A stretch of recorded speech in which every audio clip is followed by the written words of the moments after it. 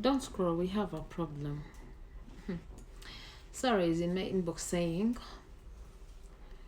she installed a camera in her home that the husband does not know about. What she found out on cam is sad. She found out that her husband is not only sleeping with the maid, but he's sleeping with her younger sister as well in her house. What advice are you giving her? The man does not know she knows. No one is aware there's a camera in the home apart from her.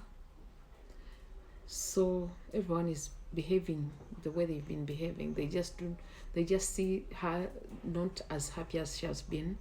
They do not know why. So RPST time.